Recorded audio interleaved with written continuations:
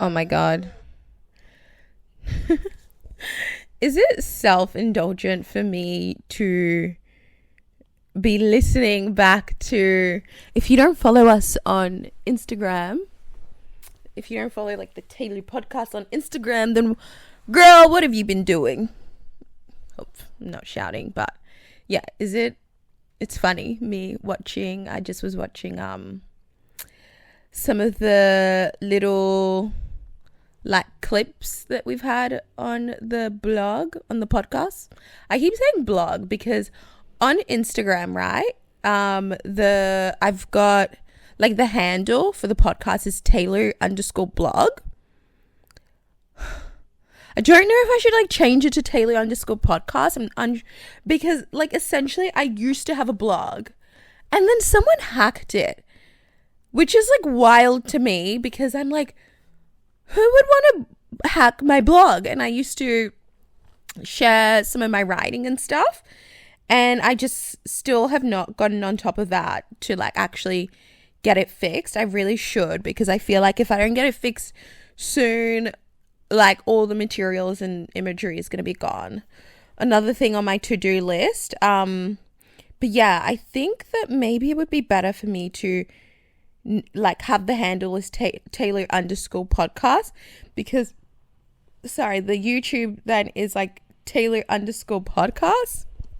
Sorry, you guys like probably really don't care about this, but hey, how y'all doing? How you feeling today? Night, morning, daytime, anytime you're listening to this, how you going? What are we talking about today? Actually, no, I had a point about talking about the YouTube and Instagram of the Taylor podcast. Yeah, I'm feeling really good. Feeling really, really good about season 3. I feel like I've had some beautiful moments recently of just like seeing friends out and about. And is this recording? Yeah, it is. Seeing friends out and about and people just being really like supportive. And yeah, something I kind of touched base on this in the previous episode with Yasmin, which we were talking about our experience of like being in New York. I feel like sometimes growing up in Australia or just being Australian, that a lot of the times if you feel something like, say, like a compliment or so, I feel like people don't really like compliment each other. And I feel like when I went to New York last year during Fashion Week, and just the way people were like complimenting like people around them, it made me kind of be a bit like, I want to like voice more my opinions, like not opinions, but like give out compliments, but sometimes I kind of get shy. But I feel like I've had moments in life where sometimes it feels even like spiritual, that someone will tell me something and like exactly what I needed to hear at that specific time. This is not what I'm talking about, but I'm obviously going on a tangent. But I remember like end of last year, I was at the GQ party and like after party, GQ men. I didn't end up going to the awards show because I wasn't invited, but I went to like the after party and then I went to another after party after that. Anyways, and I was just going through like I was going through a lot of last year. I feel like I just was recalibrating everything in my life, and so I wasn't feeling really solid. Anyways, and I ran into this girl that I hadn't seen for like such a long time. And I think that, like my first episode, I feel like I'm constantly just in two minds about social media, my relationship to it, me putting myself out there. And I think also sometimes the hardest thing, sometimes in terms of like sharing your life and sharing like, fragments of yourself online, is that a lot of the times you don't feel good. You know what I mean? Like a lot of the times you might be going through something, but obviously you're not necessarily going to be like, hey guys, I'm really sad today, but you still got to post that photo because it's your job. You know what I mean? So anyways, I ran into this girl that I hadn't seen for a while, and we're more like acquaintances, I would say. And she just like, and I was leaving and I was like, hey, it was like so good seeing you and stuff. And she was like, hey, I just want to let you know, like, I've been loving everything that you've been doing, and I feel like I meet a lot of people, but like all your content has just been like really standing out to me. And I'd also had, before her giving me that compliment, I'd also had this like really awkward conversation with someone, and it just like brought up some, I think that I just felt awkward from the conversation because I had said something and I wish I hadn't shared that much of myself. So I was already just like in my head, and me being literally the biggest overthinker, and also I never like to be like, not that there's anything wrong with it, but definitely growing up, I've experienced a lot of like anxiety, and I have moments of intense anxiety, and essentially, and a lot of the times I say things, and then I feel like I sit with it, and then I'm like, oh my God, I hope that person didn't take that in this way, or like, did I overshare? So I'm an overthinker basically. And I just remember like, you know, as I was leaving, and then she just randomly just said this compliment, and I just was like taken aback. And I remember sitting in the cab and just being like kind of wanting to cry, because that was exactly what I needed to hear at that time. So more of the story, to anyone who's just like encouraged me to do the podcast, and just like said nice words, not that people have to say nice words. Like, I'm not being like, now everyone needs to be like, Cynthia, you're the shit, Cynthia, this podcast. But anyways, I think it's just kind of one of those things that I'm like, I feel like people should be encouraged more to say things that are on their minds. I will say though, speaking about the podcast, that I got my first hate comment on the podcast, and don't get me wrong, I have gotten hate comments in the past, not a whole lot. Well, not a whole lot, but some of them have been like fucking insane. I'll tell you that for sure.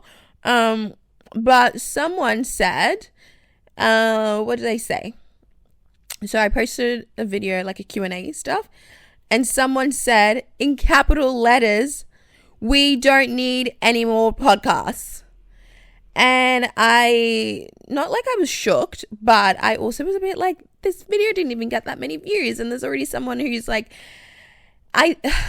basically I've already had like insecurities about just like, you know, not starting something, but like really putting all of my efforts into something. And I think sometimes before something really gains attraction, you kind of have this like moment of like needing to validate yourself and not needing other people's validation, even though that's like counteracts what I literally just said about other people encouraging me. But you know what I mean?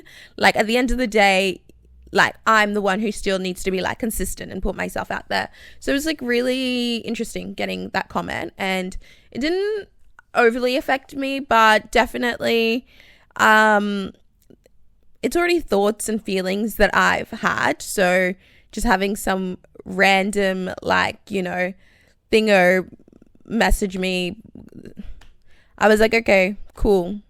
But I also was like, ouch. But anyways, I digress. Now that we have caught up, also, sorry if there's car noises in the back. Can't help it. I had a very interesting experience last year. So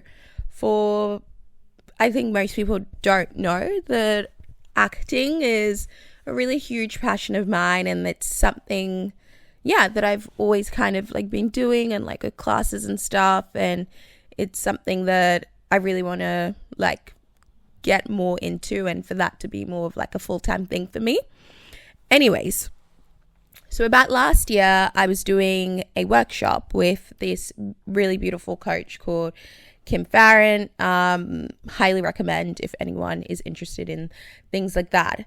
And I was doing specifically a class on sexuality on screen, and it was like talking about like boundaries, and one of the activities that we were doing essentially with your partner, like your scene partner, you kind of do like a body analysis or so. I don't know what the exact name is, but you kind of go through specific parts of your body and then tell your partner, or kind of give yourself a moment to be like, do I feel comfortable you touching this part of my body? And I and I had this interesting experience where I think we went from the bottom up, but we had this moment. For me specifically, I'm only going to talk about my experience and not ever share anyone else's experience. But we had this I had this moment where I touched my head, and it was like my hair, and I had this like internal reaction that I couldn't quite pinpoint, but it when I can't remember if it was like I said the word like head or if I said hair. It was like one or the other, but at the time I think I had cornrows in. I'm not too sure. Maybe I had long braids. I can't remember. Well, I feel like I'm speaking really fast. I can't remember if I had cornrows in or long braids, but I touched my head and you would kind of like think like, oh, like someone touching your head or touching your hair, like that is the least invasive part of your body. But when I went to go say like, yeah, you can touch my head, like I was like stuck. Like it was like my throat chakra, like my throat was just like closed, and I was like trying really hard to be like, yeah, you like it's totally fine, because obviously, you know, there's way more like other stereotypical parts of your body that you probably may need a moment to think if you feel comfortable for someone in a scene to touch. And I kind of was like, like why am I struggling to like let someone touch my head or my hair? And so then I think like a teacher came around in this course that I was doing, and I can't remember, but I think I just stiffened. Like there was something within my internal world that had just changed. And then she took me aside, and I basically kind of had to, I can't remember now, but I think I basically just kind of had to do some exercises around like what was coming up for me when it came to my hair. And I found that during this like session, I became really emotional. Like I became so emotional and sensitive about my hair and the idea of someone touching my hair. And I hadn't realized until then how much I was carrying when it came to my hair. I hope this makes sense, but I hadn't realized the emotions and stories and experiences that were intertwined with my hair. And so I wanted to talk about black hair, but specifically black women's hair. As you guys know, like I was born in Liberia and I moved here like when I was 6, like very, very young. I feel that hair, like growing up in my family and just being like a black female, that hair has always just been such a huge part of my life, like culture. My mum and like my aunt always joke that like they always knew that when I was like a really young girl that I was gonna be like someone who had like a lot of patience. And I think as well, I've always specifically just had patience or room for like beauty and things that were gonna make me look good. So when I lived back at home, I can't even remember at what age like my family started to braid my hair, but I like with like extensions, but it would have been like a very, very young age. I think like my mum worked a lot, and for her it was easier to be able to like braid my hair. And I'm telling you, like when I would go to these salons, and anyone who knows like a little bit about like black hair, when it comes to braiding, like actually doing some like say individuals or like, you know, something with extensions, that if someone says to me, oh, I was there for 7 hours, I wouldn't even question it. Or I was there for like a day braiding my hair, I wouldn't question it. I don't think that like when I was say 3-4 years old that my mum was taking me to have my hair braided for like a day or so, but it would take some time. So I have always grown up in an environment where like the women around me really took pride when it came to their hair. And so it would either be like I would be getting my hair braided, or my mum or my aunt or sisters, you know. And then kind of later on, as you know, you got a bit older, that I started to wear weaves.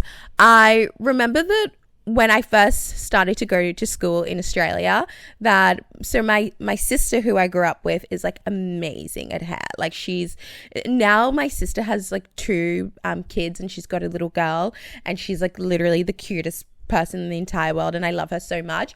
But I always look at my sister and I go, damn, like I'm so jealous, because she's just always been good at hair, and I feel like I've had the patience to sit and get my hair done, but I haven't had the patience to like really learn how to do my hair myself, which I don't know, you can kind of like unpack. I can unpack that another time, but my sister's just always really been good at things like that. So when I first moved to Australia, I was living with my aunt, and my sister was with my older sister was with us as well, and she would mainly, I think my sister would do my hair, and it would be these like really cool designs, like she'd say like braid the front, and then like the back she'd pull it up, and she would have like all of these like accessories, and I think back on it and I go, oh my god, like I would have looked so stunning and just like so cute. But this is not new, me saying this, but I think when you start at a school where you're like one of like say 3 people of color, and then everyone is like would always be asking me about my hair, and it's this interesting relationship that I've had with hair.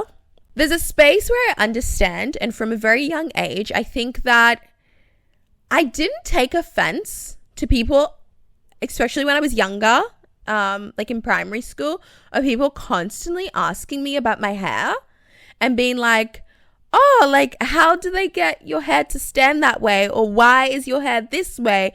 I think I took it more as it was coming from a place of curiosity. However, now that I'm older, when I unpack that, I kind of go, damn, like that was hard for my internal world. I think that a lot of the times when I was in primary school, especially primary school, when I was in primary school, that all I wanted was to just like fit in.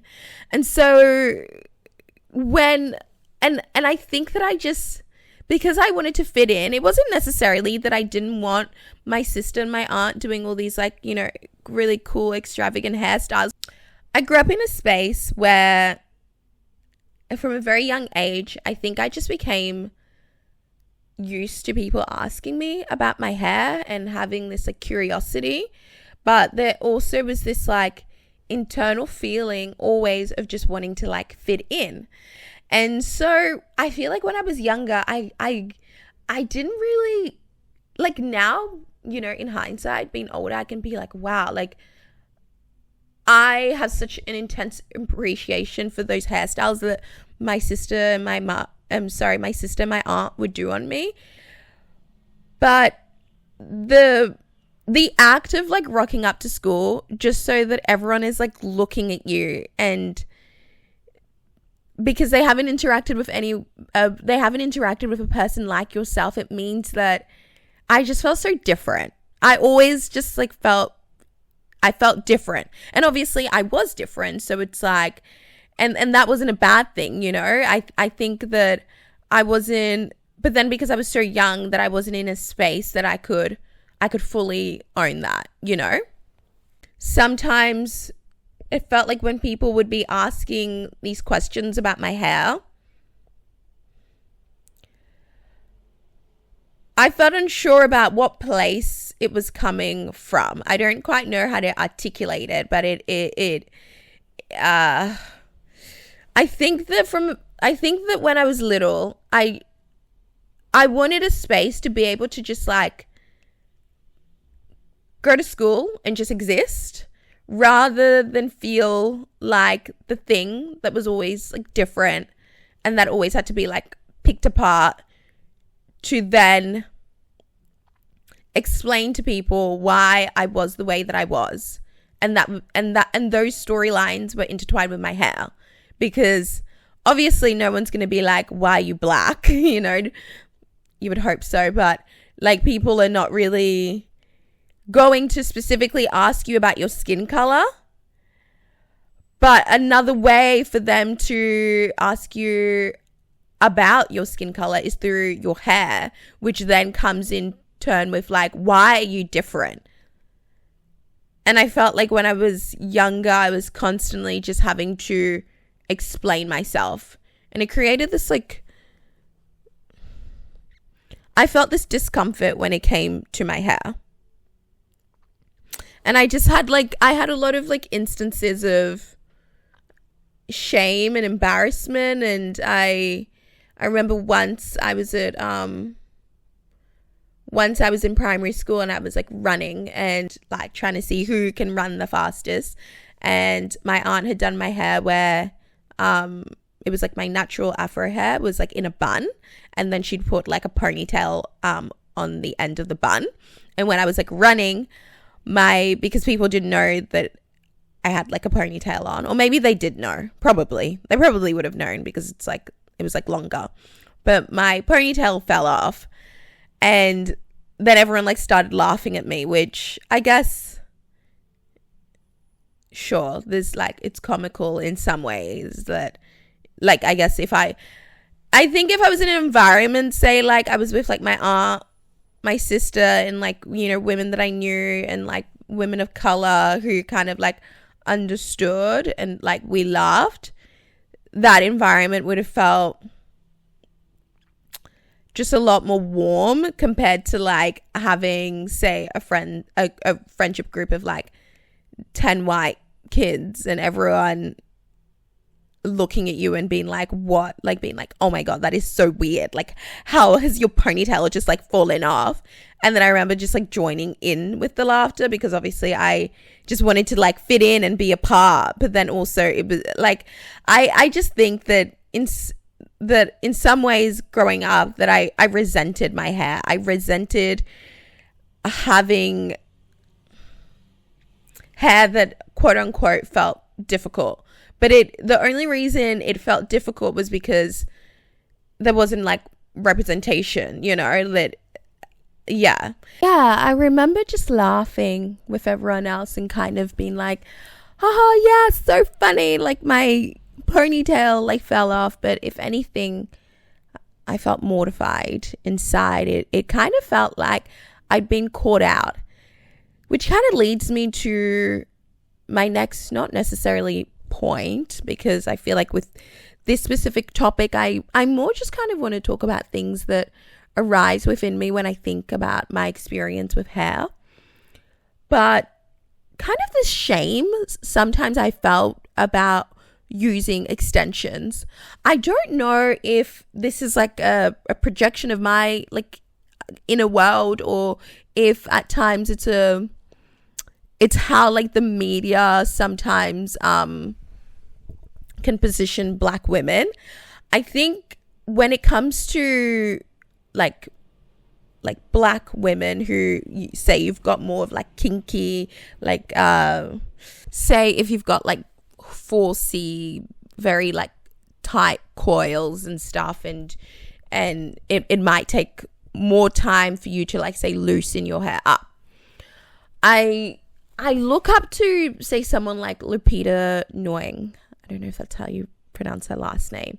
And she's really been an advocate when it comes to like, Black girls and Black women's hair and not using extensions. But then on the flip side, I kind of go, why is it that like, I then sometimes feel like that narrative of like what it means to be Black, or like a Black woman that is like proud of her hair. Why is it that sometimes the narrative feels that to kind of fit that picture of like a Black woman that is proud of her heritage, that like you shouldn't be using extensions? And I feel like that's like a debate that I've had like within me, because I've grown up from a very young age, say like right now I've got my braids in, and their extensions, and I also see hair as a way of play, and hair as a way to be able to like express yourself. And I also think growing up in a like a Western world, more so like a very Caucasian environment, that sometimes it's like there's kind of like these labels that are like put onto you, you know, like in order to prove your like blackness or so, that I need to have my afro out. But I actually think that, and this is something that I'm trying to unpack for myself. I love my afro, but specifically in Australia, sometimes I don't love having my afro out because I feel like the environment that I'm in, people aren't really able to like fully, not like they're not able to take the beauty of it, but it feels, and not that I'm inviting people to touch my hair, but it feels like it creates a space for people to ask me so many questions about my hair. And as a person, regardless of my skin color, there's parts of me that just want to exist rather than having to always explain like my existence and explain elements of myself. And so in some ways, for me personally, I feel really exposed when I have my afro out. And I think that's something that I'm still trying to unpack and figure out what that even means, why I understand why I feel that. Because say, for example, literally this happened to me like last year. It wasn't with my afro, but my braids. I was just like walking in Wallara, which is a suburb in Sydney, and I think it was just like this older person. They just walked past me, or they were like about to walk past me, and then they stopped and were like, "Oh my God, your hair, it's so beautiful," and started touching my hair, which in itself is just like an invasion of like my like space. Like, and when it comes to hair, I've always really struggled to advocate for myself and even say I go to events with like, you know, my peers and stuff, and just so many times that I don't even know how to say this, but there's just so many times I feel like I've been in environments where people will just start touching my hair without being invited. And it's like this weird thing of like, obviously, yes, you want to create boundaries, but then there's, I don't know if it's like the people pleasing within me that also doesn't want to rock the boat to be like to someone, hey, can you not touch my hair? Like, I feel uncomfortable by that. Which obviously is like a very normal thing to say, but just the actual act of it, I get awkward because I hate the thought and idea of making someone else feel uncomfortable, even though they're making me feel uncomfortable. And I think that now I've like, you know, ever since being that girl in primary school, rocking up with like, you know, the braids and the cool designs that my aunt and sister have made and people constantly touching my hair, that now as an adult, I'm probably more in a space and environment where like my friends, like it's not new, like, you know, black hair. So like my friends understand not to just come up to me and just start touching my hair, because it's like, I'm a person, like I'm not this like, I'm not like this toy that you need. I don't even know how to put it into words. I don't even know if this like episode is making sense, but in some ways I feel like the act of even just stepping outside of my house and just being me, you know, being my color, having my hair, it feels like I'm constantly, more so in Australia, constantly in spaces where it's like I need to explain who I am, explain why I have this specific hair, explain, you know, why I look this way, and that is just in itself really exhausting.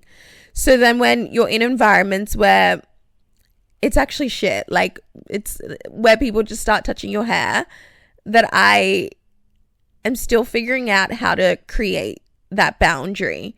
And I think in turn, it feeds into this deep-seated thing that I'm still, I don't know, this deep-seated thing of just always feeling different. And different is great. Different is cool. But it's also sometimes a bit exhausting, I would say, for me specifically. I also think working in fashion, being a model, and having afro hair is something that has been very, what even is the word? Being a model, being a black model within Australia and having afro hair. Something that's really challenging. I think that we have, like Australians, I think the Australian industry, when it comes to makeup, like, has come such a long way. And there's so many makeup artists that I know now that just like slay my makeup so much. But when I think of hair, there's such a long way to go. And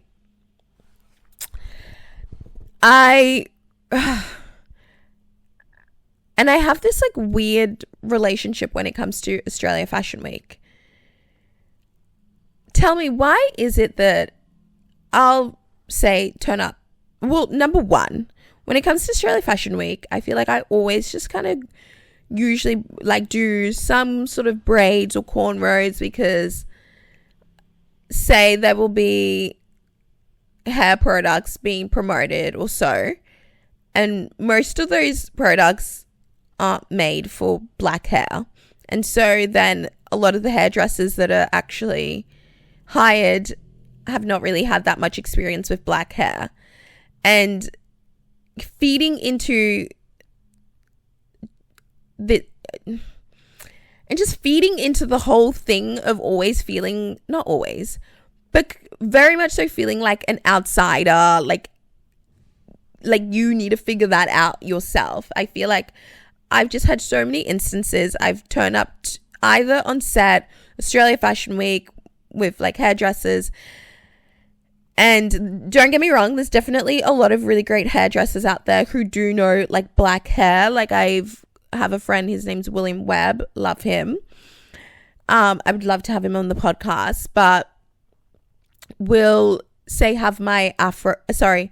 turn up, even hypothetically having my cornrows, which in itself sometimes I feel like that is an act of me just trying to like make everyone else's like life easier and also protect my peace, because I always get scared turning up on set with an afro, because I just feel like the people around me wouldn't know how to do my hair, and then I would just have to endure either like a shoot, a runway or whatnot, like feeling shit because they've just like, they don't know what to do with my hair, or they've made my hair look like 10 times worse. So then I'm just gonna like turn up with like cornrows and just, you know what I mean? Just like make life easier, which it's like, it shouldn't have to be that way. I feel like I've just had so many instances working within the Australian space and being a black woman with afro hair where it's just felt so, I don't even know where, like what the word is, but I've just felt so like othered. I think this very much so comes into play when it comes to Australia Fashion Week, that a lot of the times the hair products or hair brands that are endorsed aren't for black hair. And obviously like a large portion of people, you know, like someone of Asian descent or someone who's mixed race, someone who's white, like those products might work. But say if you're black and you've got afro hair, it's probably not going to work on you.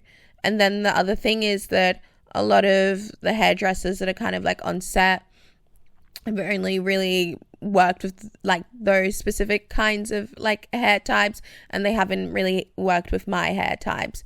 I feel like I always kind of like, for the most part, working in fashion in Australia, I mostly have like do braids, cornrows, or just some kind of like protective hairstyle, because I would say like 80% of like, actually, I'm not going to put a number, but I would say that a lot of hairdressers here or hairstylists don't actually know how to do my hair unless they've probably like worked overseas or just kind of gone out of their way to really, understand like black hair and like different kind of like black hair, that a lot of the times people just like don't know how to do your hair.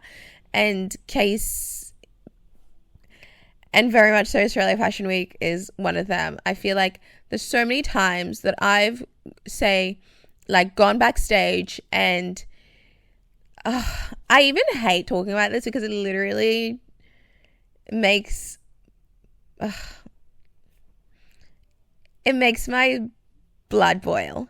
But why is it that as the black girls, so many times Australia Fashion Week are kind of just like put to the side, especially when it comes to hair? Like, say you'll rock up and you've got your cornrows in. But the thing is, just because I've got cornrows in doesn't mean that you can't do something to my hair. You can lay my edges. You can make sure all like the frizz at the top is like, neatly like down, and just kind of, just make that person like feel sort of special.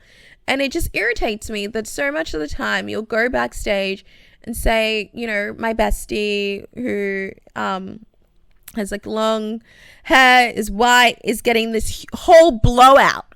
She's getting this whole like thing done to her hair. And then so many, like most of the black girls are literally just like sitting in the corner, and a hairstylist, like this has happened to me so many times, will look at you and be like, oh, your hair, it's perfect. Like, say for example, someone has an afro out, they're like, oh, your afro, perfect. And it's like, no, like, put product in my hair, like shape it, like get the the shape of it like nice. And I just think this, like, sometimes working in fashion within the Australian space, and when it comes to hair, it just it's just this like feeling of like being othered, of always just like I don't know. It's not that I look at it and I get like, and I have malice towards these people, but then I'm also like, it's 2025. Say I'm watching like the behind the scenes overseas of a fashion show. You see the black girls in the chair as well, like the hairstylist chair, where they're laying their edges, or they have people on set who are braiding their hair. These girls are actually being transformed. And then when it comes to Australia, that yes, I can understand that like Australia is much younger, and like, say the trickle of like information, but I'm also like, there's so many black hairstylists who, braid and do other things who are here. And I just wish the people who are organizing these shoots and like runways would also put more effort into like giving those people like a platform to then be on set, and like not have all the black girls like sit in the corner and to be like, oh, your hair's done, when it's not, when you literally could do so much, but obviously you just don't know. I remember I also had an experience quite a few years ago now where I was doing a campaign, and I think sometimes within a very growing up in like a very white environment, that sometimes 100% I know that when I'm hired, I'm very much so hired as a token and for a brand to use me to seem inclusive, and I guess to put out an image of I guess being inclusive. And in some ways I try not to think about it too much, because I'm also just a girl. I'm just here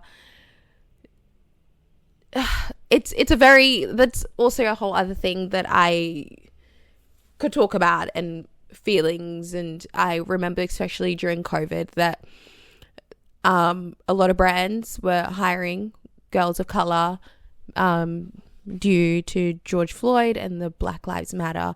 And I just kind of took it as a moment for me to just work as much as I could and hopefully create relationships that would last after COVID. But anyways, I did this campaign, and it was for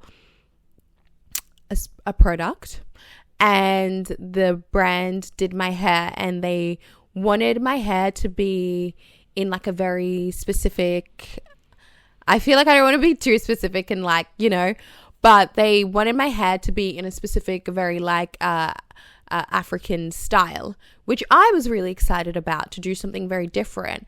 But then when I got on set and had about, say, like 6 white hairstylists pulling my hair at all angles, trying to do this hairstyle, that I quickly kind of realized that this was very performative. Because number one, if you're going to have a black model on and you want to do like a very like African hairstyle, why not do your research? Why not get someone on set who actually knows how to do this person's hair? And so,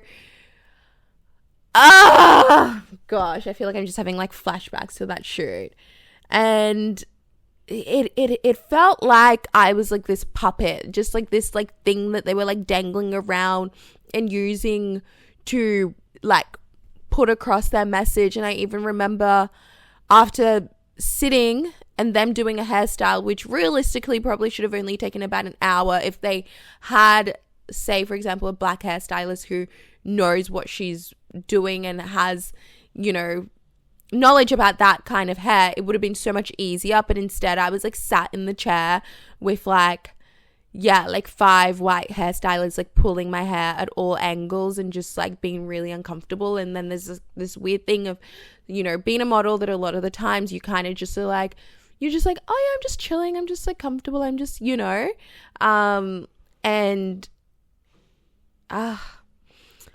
don't get me wrong, the people on set were like all so lovely and I really like them, but it just felt so, what's the word? Performative. It all felt so performative. And then I remember going on set, like when we were like shooting all the photos and stuff, and one of like my good friends now who I actually met properly on that shoot, they were asking her to like touch my hair and kind of be like, oh my God. And it's like, why is it that like black hair, like black women's hair is like positioned to be like this like out of world thing that's just so like different? And it's like I didn't come here for people to just be looking at me and like touching my hair and like, you know, like I'm this thing to be like, ooh, what is that? Like it's horrible. It's horrible. And I hadn't realized how traumatizing all of those experiences have been, and how much I've been holding on to when it comes to my hair. I don't quite know how to end this episode. I feel like I've just literally just said all these different thoughts about about black hair and my experience.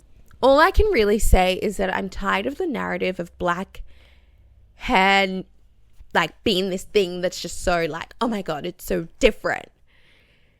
I feel like black hair should be protected. Black hair, something that is beautiful. And I really hope that if I continue living in Australia or wherever I go, definitely it's better overseas. But all I can wish for is for black hair to be more celebrated in a way that feels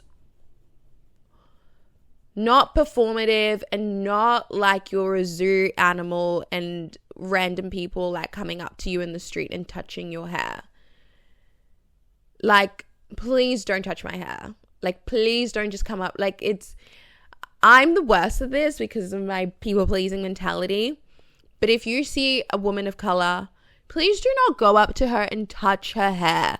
Like, that isn't, like, the amount of times that has happened to me in my life, and it's like so uncomfortable because I guess I do. I find it like, yeah, I find it really uncomfortable saying to people, "Hey, don't touch my hair," even though it I don't like that. My hair is something that I'm still discovering, and my relationship towards it, and the things within me that are sparked that I can't even like put into words because I myself don't even like realize because it's so cellular. But yeah, I don't know how to end this episode. Sending love and thanks for listening.